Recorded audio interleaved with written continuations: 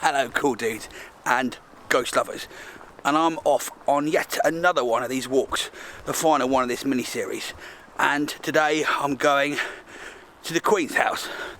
I've not been invited, I'm just going to stand outside. It's Buckingham Palace, St James's Park and all of that area, as well as the most haunted place in the whole of London. Let's go.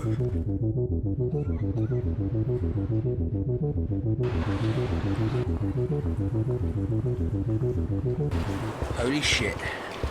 I've only just started the walk and already there's a bloody strange apparition in the middle of the street. This is the majestic Queen Anne, and on midnight on August the 1st when she died, rumour has it that she steps down from the podium and checks out what's happening in the street. So she was probably the first of those bloody living statues. It's all her fault. In retrospect, that smoke ghost may have been someone's house on fire. But let's just pretend it was a ghost, shall we? These are the cockpit steps where, in 1804, two Coldstream guards saw a headless woman, and it terrified them so much that they both went mental. And then later on, in 1972, a driver was going along this road, and then out of nowhere, blooming headless woman appeared. He swerved out of the way, crashed his car, and then he managed to get off in court from dangerous driving by saying that he just missed a ghost. Incredible. And that same headless woman is seen often rising from the lake and then running into the bushes by terrified tourists and other people. The story is that she was married to a sergeant in 1780. He chopped off her head, buried it somewhere, and she's still looking for it somewhere around here. 200 years of looking for your own head, really depressing. You certainly blooded Buckingham Palace, mate. How many ghosts are there? A few? Yeah, two. Firstly, a monk. What monk? Well, Buckingham Palace was built on the grounds of an old monastery. Always check it's not the site of an Indian burial ground or a monastery before building a bloody house on it. This monk appears on Christmas Day on a balcony and just stands there. And that explains why the Queen always looks so pissed off when she does her Christmas speech, because she's got a monk standing on the bloody balcony. What about the second ghost? Well, that is of Mayor John Gwynn, who had an affair, and it was so scandalous it ruined his reputation. So sadly, he shot himself in a first floor office, and allegedly you can still hear the gunshots going off sometimes. Let's have a listen.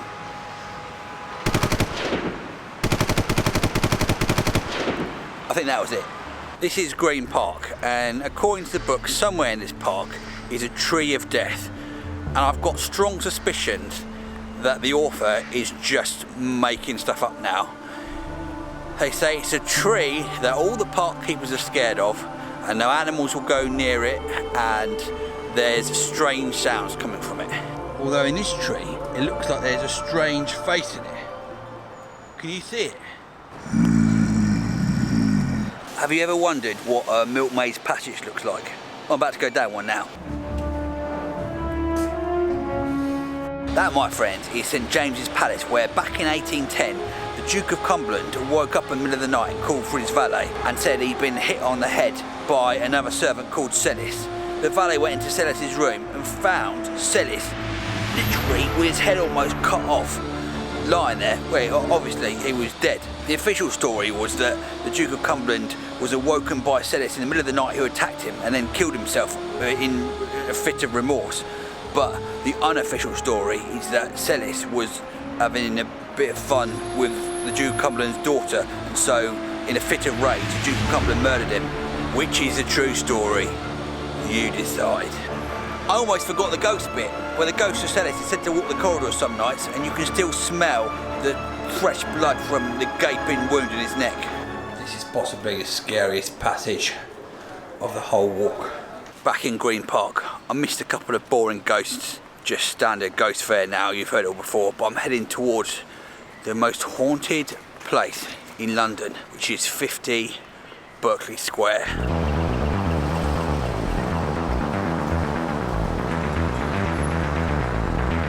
And that, my friends, is it, the most haunted house in the whole of blooming London.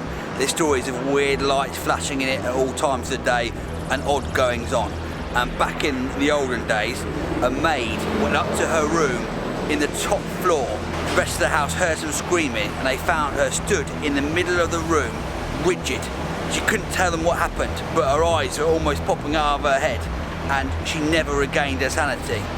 A short while later, a young man heard about this and he said he could go and stay in the room, and if there was any problems, he'd ring a bell a few times. Shortly after everyone left, they heard the bell ringing absolutely loads. They went back in the room and the man was lying on the floor, dead, his eyes popping out of his head. I mean, a lot of the story is to do with people with their eyes popping out of their head, which does slightly offend me. Then the house was left in a state of disrepair for a while, so two sailors, after a night on the town, went and stayed in the upstairs room. There was some weird stuff going on, and one of the sailors ran off to find a policeman. When he came back, he found his friend impaled on the railings outside, and his eyes were bulging as well. Now, rumour has it, if you try and touch the house, there's a strange electrical current type thing. I'm going to go and try it now. Wish me luck.